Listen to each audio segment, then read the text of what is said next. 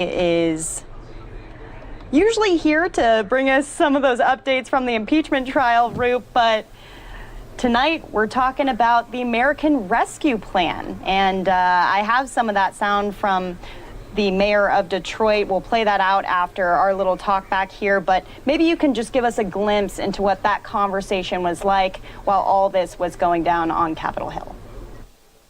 You know, it was a conversation, Daytona, good to be with you and good to be with everyone watching NewsNOW by Fox. You know, this is a cool day for the city of Detroit and certainly for many other people from different parts of the country. There were a total of 5 mayors and 4 governors from across the country that were invited to come to the Oval Office and essentially chat with the president about what is going on in their regions. You know, the president made it very clear that in Washington, they don't always have their hand on the pulse, their finger on the pulse of everything that's going on the ground. He recalled his days as a senator, saying he remembers when he was a senator, whether it be the shoe shiner or the person on the train or a bus, they would ask him, what's going on with this issue or that issue? He kind of then pointed to all of those folks in the room, those 5 mayors and 4 governors, and said, you're that guy, you're that woman, you're those people that have your hand on the pulse. And so Mayor Mike Duggan was singled out along with Mayor Suarez of Miami, a Republican, to actually lead the White House press briefing today at about 1 o'clock this afternoon to talk about what it is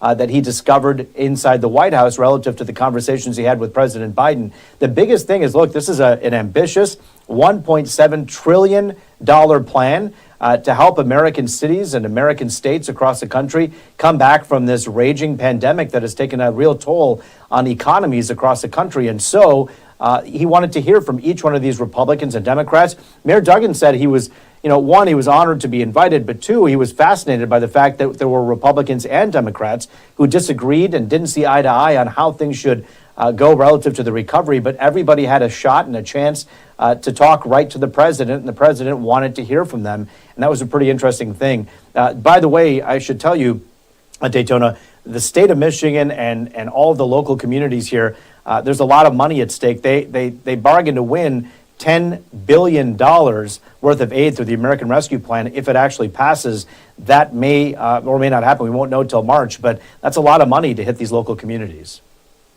Yeah, people from across the country are probably wondering why him? What has Detroit done in the past that could maybe be a good example to other cities as well? If you take a look at what a punching bag looks like, it'll probably have a big English D on the front of it. This city has been beat up over and over again, and it keeps getting up, and that's the beauty of the city of Detroit, a city that has almost burned to the ashes in so many ways and has come back. Resilience is the name of the game here in Detroit, and Mayor Mike Duggan, the first white mayor in many, many generations, leading one of the largest black cities in America, essentially has helped bring about success to the city of Detroit in many ways, because there was a time when streetlights weren't working in the city of Detroit. The response time for police was awful.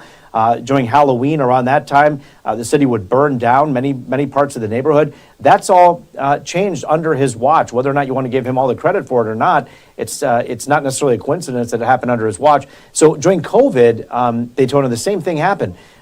Detroit was hit really hard, sent to its knees.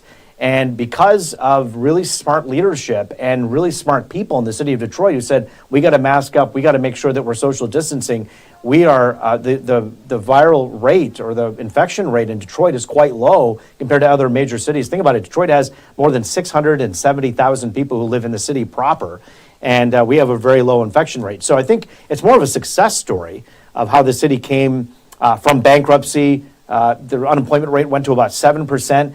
And it was at 20 and it fell to 7%, and then the pandemic hit, and now we're back to 20%. So it's kind of an iconic city to say, hey, look, if we can help Detroit, we can help any city out dealing with similar circumstances.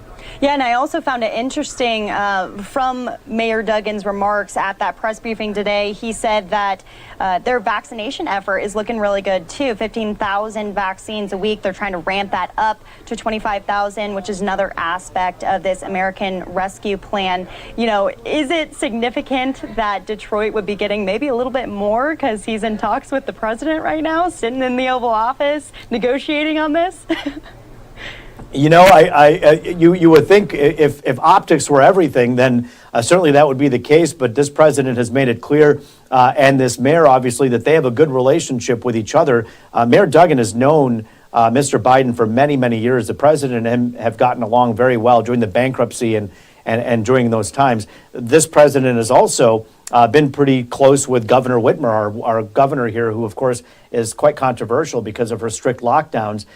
She was being vetted for the VP spot, as you know, before, of course, Kamala Harris got the spot. So there's a mayor of the major American city, and there's a major player as the governor who have an in with the White House. Certainly that helps. However, all those other mayors and all those other governors are also looking for their equal shot of the shot, and they're going to get it, depending on how they're going to roll things out.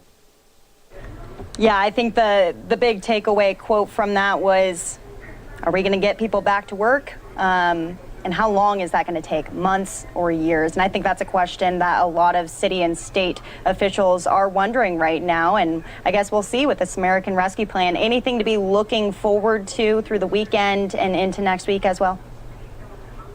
You know, I think, under the shadow of this impeachment hearing that, as you just eloquently wrapped up just a few moments ago, that we put that away for now and, of course, resume that later. But in the meantime, this rescue plan, in terms of looking ahead, it's going to be, Daytona, a $1.7 trillion plan. That's going to take a lot of rallying to get everybody on board with. They hope to have this bill hit Congress by mid-March and have it passed. It is ambitious, so we'll see the back and forth that happens. This president has said he wants to work in a bipartisan fashion. This is going to be the ultimate first chapter test to see if it's going to work out.